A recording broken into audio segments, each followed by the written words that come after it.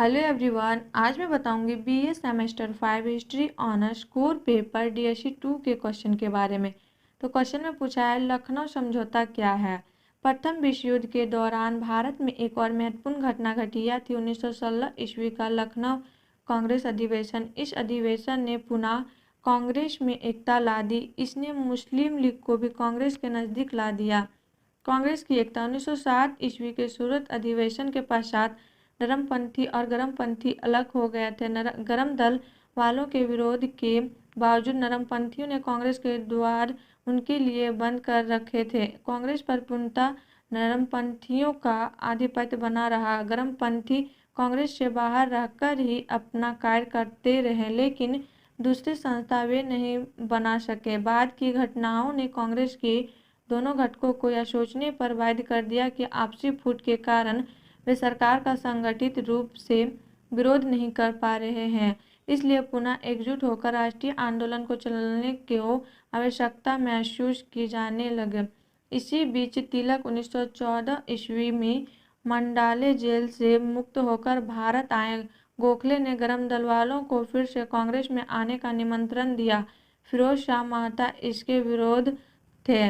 इसी बीच Shrimati Annie Besant भी दोनों दलों में समझौता कराने का प्रयास कर रही थी, परंतु तिलक के उम्र विचारों के कारण व्यवधान पैदा हो रहा था। 1915 ईस्वी में गोखले और मेहता दोनों की मृत्यु हो गई। अब एरो बेसेंट के प्रयासों के परिणामस्वरूप कांग्रेस संविधान में संशोधन के गरम दल वालों के लिए कांग्रेस का द्वार खोल दिया गया। लखनऊ में कांग्रेस का अधिवेशन हुआ, जिसकी अध्यक्षता तिलक ने की। अब कांग्रेस पर गरम दल वालों का आधिपत्य कायम हुआ। लखनऊ समझौता। लखनऊ अधिवेशन का महत्व कांग्रेस को एकता के अतिरिक्त कांग्रेस लोक समझौता या लखनऊ पैक्ट के लिए भी विख्यात है। यद्यपि आरंभ में कांग्रेस की नीतियों से असंतुष्ट होकर और अपने वर्गीय हितों की सुरक्षा के लिए मुस्लिम लीग की स्थापना की गई थी, तथापि धीरे धीरे मुसलमान भी अंग्रेजी नीतियों से विमुख होते जा रहे थे। होम रूल आंदोलन और प्रथम विश्व युद्ध ने मुसलमानों में नई राष्ट्रीय चेतना भर दी। अब धीरे धीरे मुस्लिम लीग पर से अलीगढ़ स्कूल के समांती एवं संकीर्ण प्रभाव का अंत हो रहा था। मुसलमानों में भी उग्रवादी राष्ट्रीय विचार पनप रहे थे।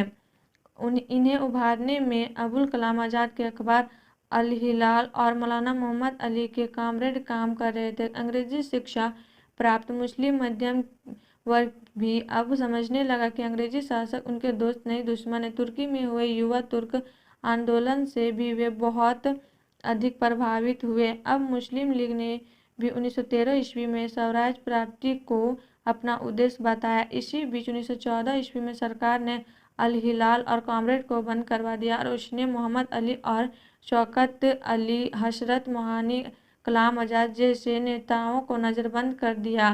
उससे मुसलमानों के युवा वर्गों में भी रोष पैदा हुआ और वे कांग्रेस के साथ मिलकर संगठित रूप से सरकार का विरोध करने को तैयार हो गए। इस दिशा में पहला प्रयास 1915 में हुआ, जब लोग और कांग्रेस का अधिवेशन एक साथ बम्बई में हुआ। पुनः 1916 ईस्वी में लखनऊ में कांग्रेस लीग का अधिवेशन साथ साथ हुआ। कांग्रेस लीग में समझौता भी हुआ, जो लखनऊ पैक्ट के नाम से विख्यात है। तिलक और मोहम्मद अली जिन्ना ने इस समझौते को कराने में महत्वपूर्ण भूमिका निभाई। समझौता की शर्तें। कांग्रेस और लीग ने एक लिखित समझौता किया। इसके अनुसार कांग्रेस ने मुसलमानों के लिए सांप्रदायिक निर्वाचन प्रणाली तथा उनके अधिक प्रतिनिधित्व की मांग को स्वीकार कर लिया। विभिन्न प्रांतीय व्यवस्थापिका सभाओं में निर्वाचित भारतीय सदस्यों की संख्या के निश्चित भाग मुसलमानों के लिए सुरक्षित कर दिए गए। इस प्रकार पंजाब में मुसलमानों के लिए 50%, बंगाल में 40%, उत्तर प्रदेश में 30%, सिंध सहित बम्बई में 30%, सेंट्रल प्रोविंसेस सीपी में 15%, बिहार में 25% और मद्रास में 15% स्थान मुसलमानों के लिए सुरक्षित किए गए। इसी प्रकार केंद्रीय व्यवस्थापिका में उन्हें 1/3 भाग सुरक्षित स्थान मिले। उनके लिए संप्रदाय निर्वाचन क्षेत्रों की भी व्यवस्था हुई। यह भी तय हुआ कि अगर किसी सभा में एक संप्रदाय के 3/4 सदस्य किसी प्रस्ताव का विरोध किसी सांप्रदायिक विशेष के हितों के विरुद्ध समझकर करे तो उस प्रस्ताव को पारित नहीं किया जाएगा। इसके साथ साथ कांग्रेस और लीग ने संयुक्त रूप से भारतीय परिषद को समाप्ति, केंद्रीय और प्रांतीय विधान परिषद के 80% सदस्यों के चुनाव, प्रांतीय मामलों में हस्तक्षेप न करने के वायदे तथा प्रतिरक्षा और विदेश नीति के अलावा केंद्रीय सरकार के अन्य सभी विभागों पर पूर्ण नियंत्रण को मांग पर सहमति प्रकट की। समझौते के फलस्वरूप भारतीय राजनीति ने एक नई दिशा अपनाई। समझौते का महत्व। इस समझौते का स्वागत कांग्रेस और लीग द्वारा समान रूप से किया गया। यह हिंदू मुस्लिम एकता के प्रयास में एक महत्वपूर्ण कदम था। गुरुमुख निहाल सिंह के शब्दों में, इस प्रकार भारत को दो बड़ी जातियों ने और दो बड़ों राजनीतिक संस्थाओं ने एक कार्यक्रम अपनाया। इसके आलोचकों का विचार है कि इस समझौते का कोई अस्थायी परिणाम नहीं निकला। इसमें महात्मा गांधी की धारणा थी कि वह शिक्षित और धनी हिंदुओं तथा शिक्षित और धनी मुसलमानों के बीच का एक समझौता था।